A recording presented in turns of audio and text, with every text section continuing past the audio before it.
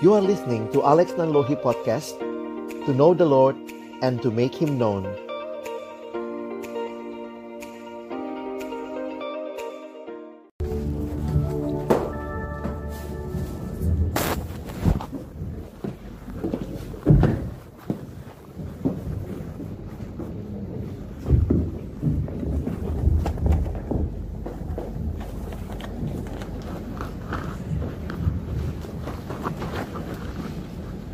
Shalom. Puji nama Tuhan, kita bersyukur untuk cinta kasih Tuhan bagi kita. Tahun ini kita, walaupun dalam situasi COVID, tetap masih ada, tetapi kita boleh berkumpul secara on-site. Saya pikir ini adalah satu kesempatan yang indah yang Tuhan berikan bagi kita. Apakah Natal sekadar perayaan? Tapi kiranya Natal juga boleh membawa pengharapan bagi kita. Karena itulah yang jadi tema kita hari ini. Christmas is about hope. Mungkin kita pun tidak pernah berpikir 2 tahun kita lalui. Dan bersyukur Tuhan menolong kita ada saat ini merayakan Natal di dalam suasana COVID. Tetapi sudah bisa bertemu secara langsung. Bapak Ibu Saudara yang dikasihi Tuhan, kalau bicara Natal, saya tidak tahu apa yang muncul di benak kita, apa yang kita ingat pada waktu merayakan Natal.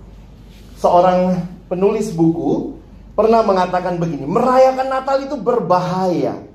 Karena takutnya kita kehilangan fokus yang sesungguhnya.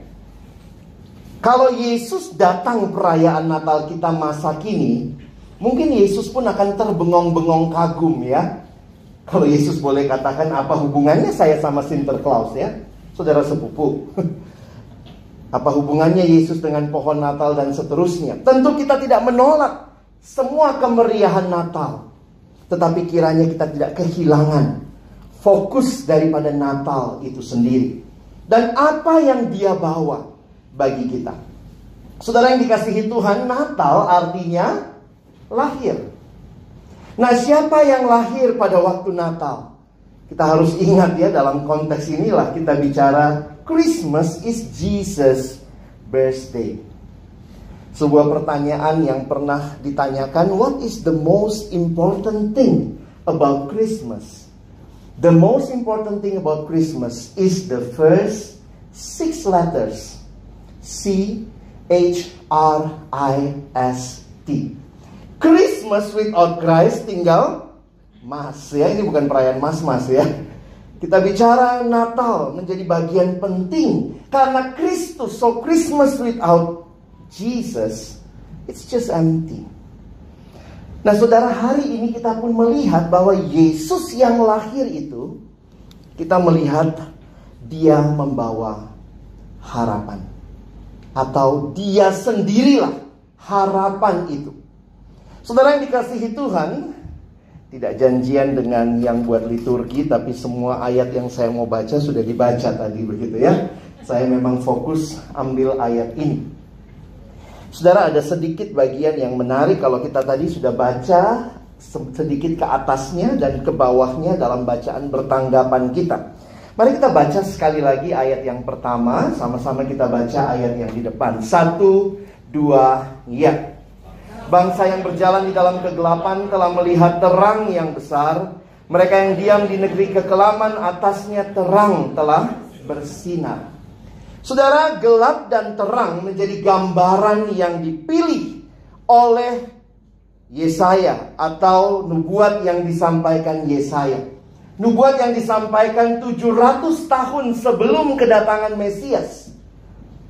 Dan saya ingin mengajak kita melihat 2 hal saja hari ini ya, untuk kita bawa pulang, untuk kita ingat bahwa kita ada di dalam dunia yang tanpa pengharapan. Saudara, yang pertama, kita ada di dalam dunia yang tanpa pengharapan.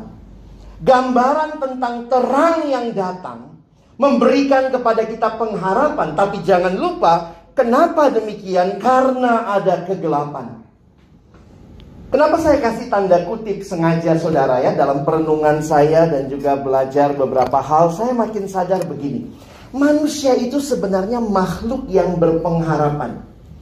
Saudara sadar atau tidak, kita itu makhluk yang berpengharapan. Jadi sebenarnya tidak ada manusia yang tanda kutip tidak punya harapan. Saudara bisa diskusikan hal ini gitu ya. Tapi ini yang saya coba simpulkan. Manusia adalah makhluk yang berpengharapan, hope-based creature.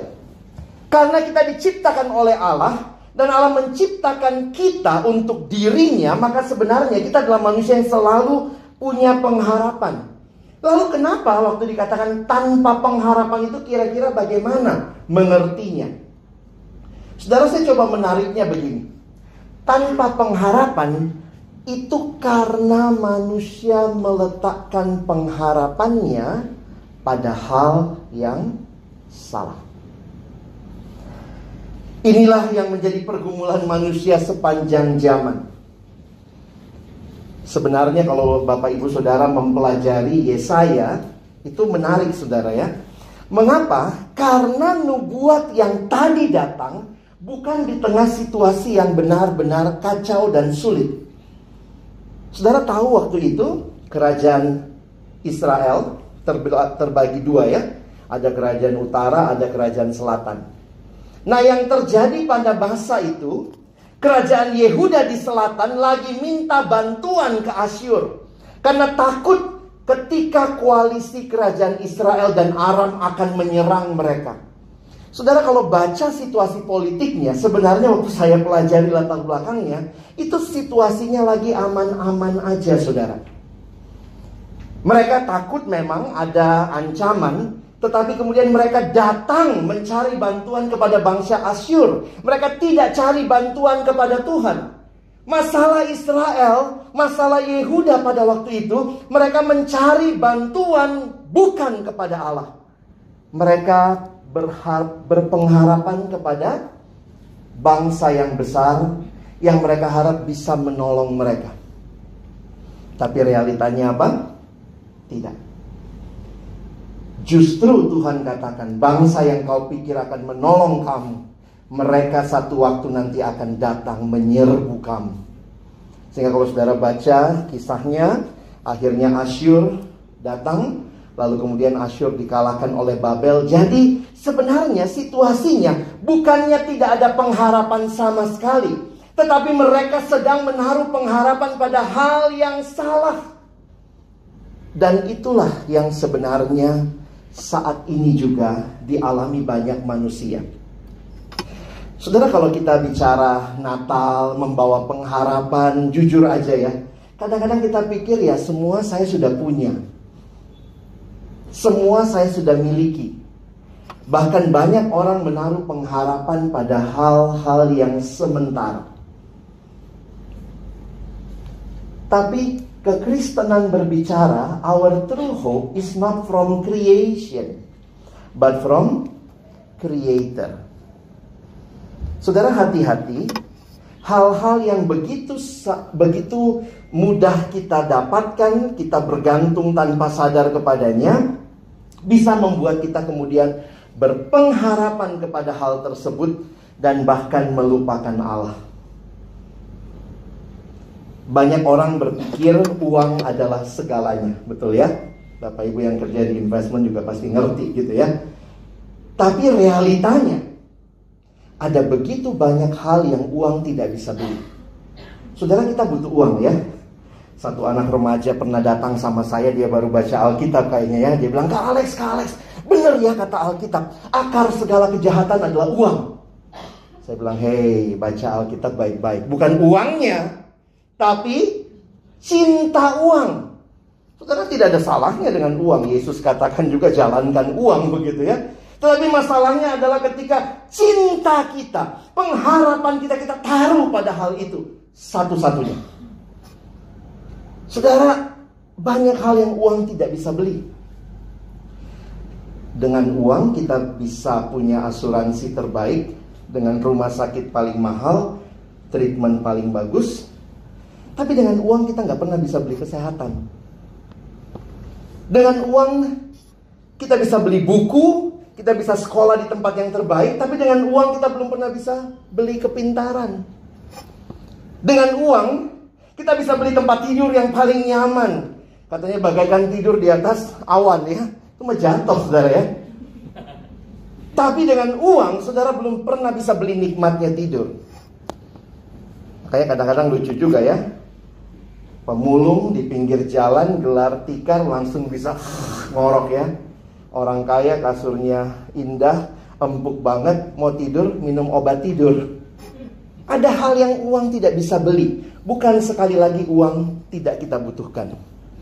Tapi apakah kita meletakkan pengharapan kita kepada sesuatu yang sifatnya hanya ciptaan, bukan pencipta. Sehingga waktu anak itu bilang gitu ya, Kak Alex, akar segala kejahatan adalah uang. Saya bilang, wah kamu salah baca ya. Kalau nggak suka uangnya kasih saya. Masih banyak pelayanan perlu didukung begitu ya. Tapi ketika kamu mengerti uang, dengan uang itu kiranya hatimu tetap cinta Tuhan. Saudara, ini realita yang terjadi. Manusia selalu lupa diri. Manusia merasa dirinya Allah. Jadi sekali lagi, banyak orang sedang hidup dalam dunia ini, bukannya nggak punya pengharapan, tetapi mungkin kalau saudara menggali lebih dalam, sedang menaruh harapannya kepada sesuatu. Beberapa startup mulai collab saudara ya. Beberapa teman yang kerja di startup mulai tanya-tanya, Kak ada lowongan nggak? Dia pikir saya HRD ya. Tapi misalnya begitu dia pikir nanti mungkin hamba Tuhan, dengar-dengar ada yang cari pegawai atau apa ya. Saya bilang ya, berharap pada Tuhan. Bukan berarti saya tidak bisa nolong, karena saya memang juga tidak punya link. Tapi kalau ada saya kasih tahu. Tapi bagaimana menghayati, kita butuh kehadiran Tuhan yang terus memberikan pengharapan bagi kita di tengah-tengah dunia yang seringkali menawarkan pengharapan yang palsu. Saudara, ini yang kita harus ingat. Manusia suka lupa diri, dia pikir dirinya Allah. Dan ketika saudara dan saya menaruh harapan kepada yang lain yang bukan Allah, sekali lagi bukan berarti kita tidak butuh, tapi apa artinya menjadikan itu pengharapan kita kalau kita menggantungkan semuanya sehingga kita melupakan Tuhan? Maka saudara, kita kehilangan hidup yang sesungguhnya. Tidak heran di Alkitab, akhir dari hidup yang berpusatkan kepada diri itu adalah dosa, dan dosa membawa hopeless end. Akhir yang tak berpengharapan. Ini poin saya yang pertama. Manusia bukan makhluk yang sama sekali tidak punya pengharapan, tapi masalah besar kita karena kita menaruh pengharapan pada hal yang salah. Yang kedua, udah jawabannya lah ya. Yesus pengharapan sejati. Saudara, nampaknya ini begitu gampang kita tahu, kita ingat, kita rayakan. Tetapi kalau saudara bisa menghayati lebih dalam, itulah ayat yang kita baca tadi ya. Tetapi tidak selamanya akan ada kesuraman untuk negeri yang terimpit itu. Kalau dahulu Tuhan merendahkan tanah Zebulon dan tanah Naftali, maka di kemudian hari akan memuliakan jalan ke laut, daerah seberang sungai Yordan, wilayah bangsa-bangsa lain. Saudara, ayat yang ke-23, kalau kita masih pakai Alkitab cetak, kita bisa lihat ayat 23 pasal 8, di bawahnya langsung ayat pasal 9 ayat 1. Bangsa yang berjalan di dalam kegelapan telah melihat terang yang besar. Ini gambaran pengharapan, saudara. Perhatikan tadi ya. Ada kesuraman, tetapi berikutnya, kalau saudara perhatikan, bangsa yang berjalan di dalam kegelapan tadi, ayat 23, telah melihat terang yang besar. Saudara, istilah terang yang besar itu, kalau saudara lihat bahasa aslinya, dikatakan terang telah bersinar. Bahasa aslinya pakai istilah terang telah terbit. Jadi ini gambaran seperti matahari. Nubuat ini muncul dalam bahasa seperti matahari yang terbit. Maka seorang penafsir Alkitab bernama Timothy Keller, dia mengatakan, belajar dari ayat ini, maka dari mana terangnya? Kalau kita bilang matahari terbit, matahari itu dari mana? Bukan dari dalam dunia. That is the point. The light is not from internal, but it's from external, ya.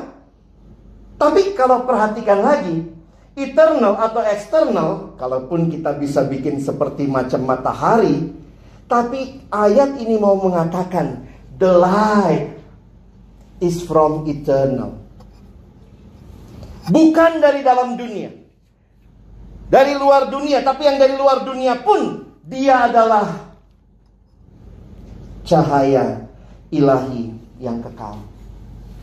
Ayat ini mengajarkan kepada kita pengharapan, keselamatan bukan dari dunia, tapi dari Allah. Dan inilah yang kita rayakan waktu Natal.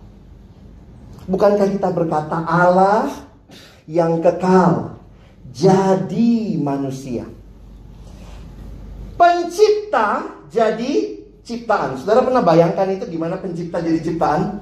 Gak masuk akal, saudara, ya. Seorang penulis buku bilang begini, saudara mau bayangkan pencipta jadi ciptaan? Coba bayangkan. Pembuat sepatu jadi sepatu.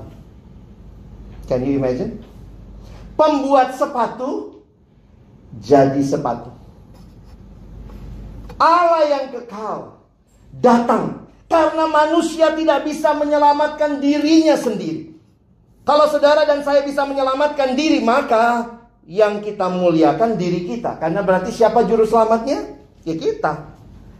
Dari tadi kita nyanyi, dia juru selamat, dia Allah yang kekal, dia raja yang datangnya memberikan kepada kita jawaban. Karena kita tidak pernah bisa menyelesaikan pergumulan kegelapan yang kita alami, yaitu dosa. Ada yang bilang sama saya, aduh Pak, Natalan kok bicara dosa. Malah saya bingung kalau nggak bicara dosa. Bukankah Yesus datang ke dunia untuk menyelesaikan dosa? Yesus tidak datang ke dalam dunia untuk studi tur, kan? Studi banding, apalagi karya wisata. No, dia datang untuk menyelesaikan dosa. Kenapa? Karena kesuraman, gambaran dosa yang begitu kelam. Atasnya terang telah bersinar, tapi terang itu bukan dari dalam dunia. It's from eternal. Dan itulah yang kita rayakan. Saudara dan saya yang berkumpul hari ini sedang merayakan pengharapan, karena manusia tidak bisa datang kepada Allah yang kudus, tetapi Allah yang kudus itu datang jadi manusia supaya kita beroleh hidup yang kekal. Kan itu di dalam Alkitab banyak ayat-ayat tentang pengharapan. Dan mungkin kita perlu ingat, ya, ayat-ayatnya sederhana. Jangan berharap pada manusia sebab ia tidak lebih daripada embusan nafas, dan sebagai apakah ia dapat dianggap. Yuk kita baca ayat berikut sama-sama. Mazmur 146 ayat 5-7a. 1, 2, ya. Berbahagialah orang yang mempunyai Allah Yakub sebagai penolong, yang harapannya pada Tuhan Allahnya.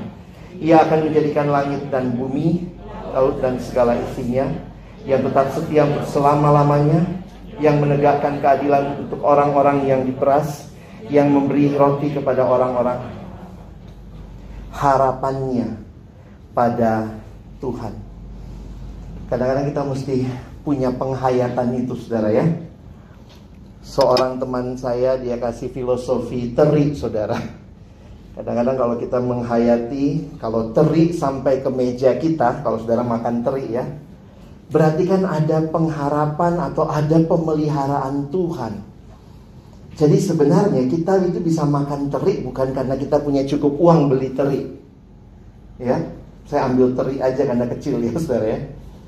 Tapi berarti kalau Tuhan menghadirkan teri, berarti Tuhan memelihara papa mama teri, ya.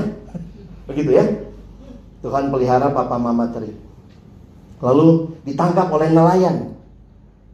Nah, Tuhan berarti pelihara nelayan itu dan papa mamanya juga. Lalu kemudian ditangkap pakai perahu. Tuhan pelihara pembuat perahu dan papa mamanya. Mau kita lanjutkan sampai besok nih ya.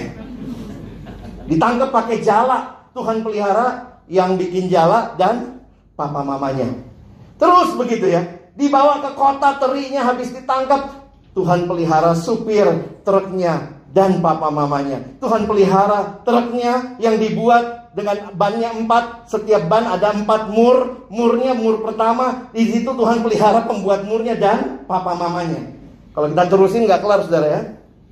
Sampailah dia di kota, di pasar, atau di supermarket. Kita pikir kita suruh mbak kita beli teri ya. Saya kasih duit. Teri sampai ke meja kita. Itu bukan masalah sekadar ada uang saudara.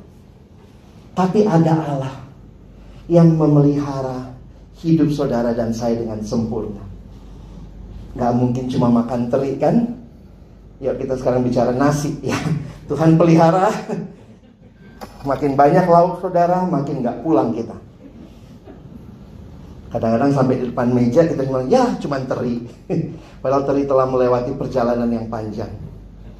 Saudara yang dikasihi Tuhan, bagaimana kita berharap kepada Tuhan? Karena kita tahu semua yang terjadi tidak ada yang di luar kontrol Tuhan. Di perjanjian baru kita melihat berkali-kali penulis Alkitab merefer kepada Yesus sebagai harapan.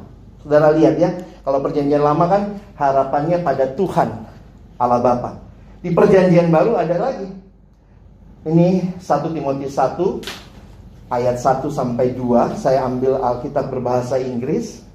Paul, an apostle of Christ Jesus by the command of God our Savior, and of Christ Jesus our hope. Jadi dia bicara tentang Yesus Kristus, pengharapan kita. Dia membuka suratnya dengan ayat itu. Ini Rasul Paulus. Rasul Yohanes, 1 Yohanes 3 ayat 3. Setiap orang yang menaruh pengharapan itu kepadanya menyucikan diri sama seperti dia yang adalah suci. Ini rasul-rasul besar ya. Paulus, Yohanes, satu lagi siapa? Petrus ya. Nah, Petrus juga bicara. Lihat cara Petrus mengkaitkan dengan kebangkitan. Jadi mulai dari Natal sampai bangkit, ini semua bicara pengharapan, ya saudara ya. Terpujilah Allah dan Bapa Tuhan kita Yesus Kristus, yang karena rahmat yang besar telah melahirkan kita kembali oleh kebangkitan Yesus Kristus dari antara orang mati kepada suatu hidup yang penuh pengharapan. Dan pengharapan itu bukan pengharapan sekarang saja, tetapi mengandalkan apa yang Tuhan janjikan bagi kita di kekekalan. Karena itu perhatikan, untuk menerima suatu bagian yang tidak dapat binasa, yang tidak dapat cemar, yang tidak dapat layu, yang tersimpan di sorga bagi kamu. Saudara, ini bukan cuma pengharapan sekarang, tetapi kekal. Dalam bahasa Inggris lebih jelas, He has caused us to be born again to a living hope. Pengharapan yang hidup. Pengharapan yang hidup itu diberikan bagi kita, sehingga saudara dan saya bisa hidup berpengharapan.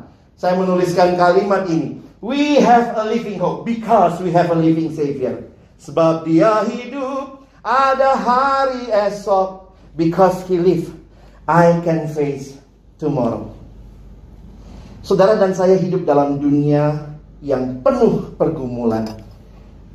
Ketika dilakukan survei, apa 3 ketakutan teratas yang manusia miliki? Ini survei dilakukan di Amerika kalau saya tidak salah, lalu didaftarkanlah, ketemu 10 hal. Tapi kira-kira ada 3 hal teratas yang manusia takutkan. Mungkin juga ini pergumulan saudara dan saya. Ketakutan pertama apa? Fear of the future. Kita manusia takut akan masa depan.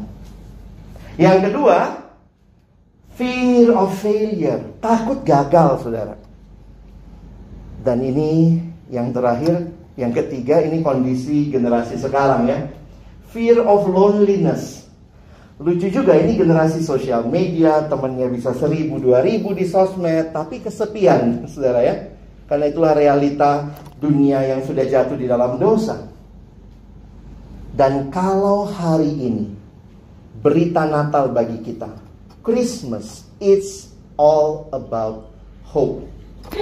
Maka saudara akan masuk ke dalam dunia yang kita tahu begitu punya banyak pergumulan. Katanya tahun depan tahun resesi. Sudah banyak orang bicara hal-hal seperti itu. Tapi pertanyaannya, bagaimana kita menghadapinya? Ingatlah, yang lahir adalah juru selamat, pengharapan yang sejati. Tuhan tidak pernah janji hidup tanpa pergumulan. Itu nggak ada. Saudara cari di Alkitab, saya juga baca bolak-balik, nggak ada hidup tanpa pergumulan. God never promises that we will never face problems or struggles. No, nggak ada hidup kayak begini. Lalu hidup apa yang Tuhan janjikan? Di tengah-tengah strugglesmu, di tengah-tengah problem yang kamu alami, aku hadir dan berjalan bersamamu. Pengharapan itu bukan membuat kita tidak alami masalah, tetapi ketika ada masalah, kita tetap bisa menatap kepada hal yang kekal. Saudara, pengharapan itu unik ya. Belum terjadi, tapi sudah berasa, sudah berefek. Contoh lah, ada orang tua bilang gini anaknya ya, kalau nanti kamu naik kelas, nilai bagus, kita jalan-jalan ke Eropa. Nanti ya kalau naik kelas, nilai bagus. Ketika anaknya lagi ujian, susah banget, aduh mau nyerah. Ingat lagi, Eropa. Udah ke Eropa? Belum, masih di Jakarta, masih ujian, masih struggle. Tapi pengharapan itu menolong dia bergerak maju. Lihat ujian, PR-nya, papernya mungkin, aduh susah banget, pengen menyerah. Ingat lagi, Eropa. Kalau saudara punya pengharapan, itu menolong saudara bergerak maju. Katanya dalam hidup yang paling menyedihkan itu bukan orang yang menderita saudara, tapi orang yang tidak punya harapan. Karena orang yang punya harapan kadang masih mau menderita.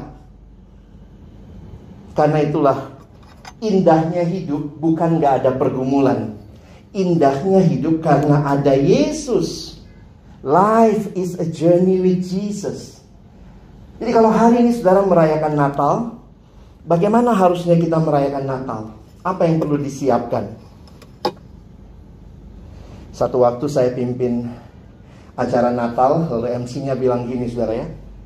Saudara-saudara, ini sudah selesai khotbah, sudah selesai acara semua. Lalu MC-nya bilang gini, saudara-saudara, kita tiba pada acara puncak kita malam hari ini, yaitu makan malam bersama. Oh itu puncaknya ya, bukan khotbah saya gitu ya. Oh itu puncaknya gitu ya. Maka pertanyaan saya, apa yang harus disiapkan? Kalau sekadar makan, harusnya yang disiapkan perut ya. Tapi kan ada lagunya. Hai dunia, gembiralah dan sambut rajamu. Di mana sambutnya? Di hatimu, terimalah. Kalau Natal masalah makanan, ganti lagunya. Di perutmu, terimalah makanan yang banyak. Natal bicara hati. Hati yang dibuka bagi Kristus. Christmas is not so much about opening presents as opening our hearts. Saudara mau hidup berpengharapan? Terima Dia, pengharapan yang lahir di waktu Natal. Jesus is our hope. Karena itu ini berkat yang seringkali dikatakan, dikutip banyak hamba Tuhan ya, Roma 15 ayat 13. Semoga Allah, sumber pengharapan, memenuhi kamu dengan segala sukacita dan damai sejahtera dalam iman kamu, supaya oleh kekuatan Roh Kudus kamu berlimpah-limpah dalam pengharapan. Sumbernya jelas. Kita tidak akan pernah bisa mengalami pengharapan kalau kita tidak ketemu sumbernya. Kalau demikian, saudara bisa jadikan pengharapan itu gaya hidup ya. Ini namanya Bapak Paul David Tripp. Berharap adalah gaya hidup. Hope is a lifestyle. Kiranya kita pulang alami ini ya. Harapan kita membentuk cara hidup kita.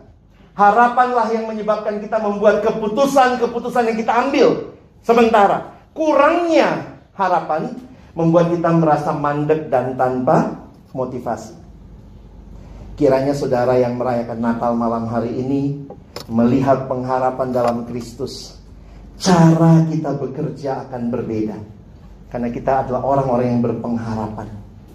Kalau saudara belum bergaul atau dalam pergaulan pun, cara kita bergaul akan berbeda. Dan juga tentunya dalam rumah tangga, Bapak Ibu yang memimpin rumah tangga saudara masing-masing, kiranya boleh membawa seluruh anggota melihat kepada pengharapan itu. Kenapa? Pergumulan tetap ada. Jangan janji buta sama anak-anak, wah hidup tuh gak ada pergumulan. Ingatkan mereka, hidup selalu ada pergumulan selama ada dalam dunia. Tapi yang jauh lebih penting, ada Yesus yang menyertai kita. Saya tutup dengan kalimat yang dikatakan pendeta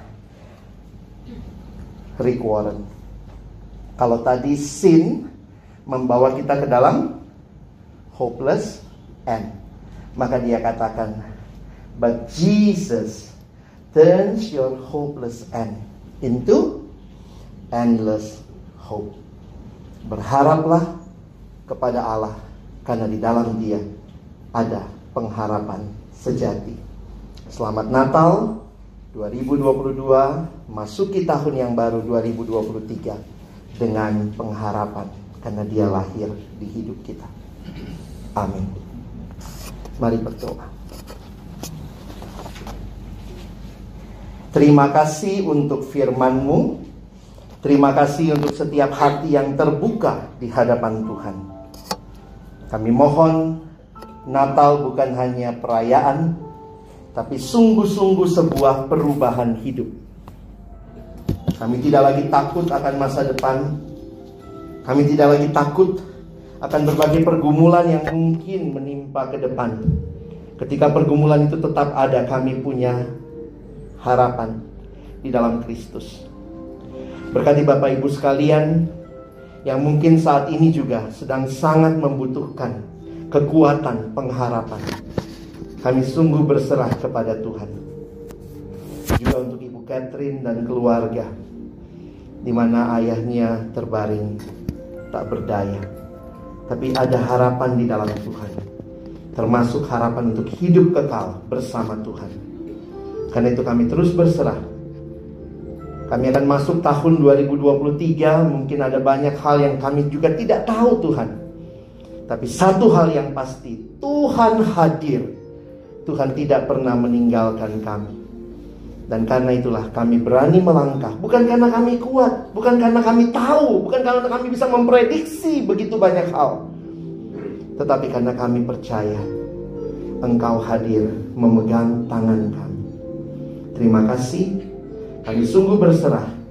Kuatkan kami. Bukan hanya jadi pendengar-pendengar firman yang setia, tapi jadikan kami pelaku-pelaku firman-Mu dalam hidup kami. Di dalam nama Tuhan Yesus yang mengasihi kami, harapan hidup kami, yang kami rayakan kelahiran-Mu malam ini, kami berdoa, kami bersyukur. Amin.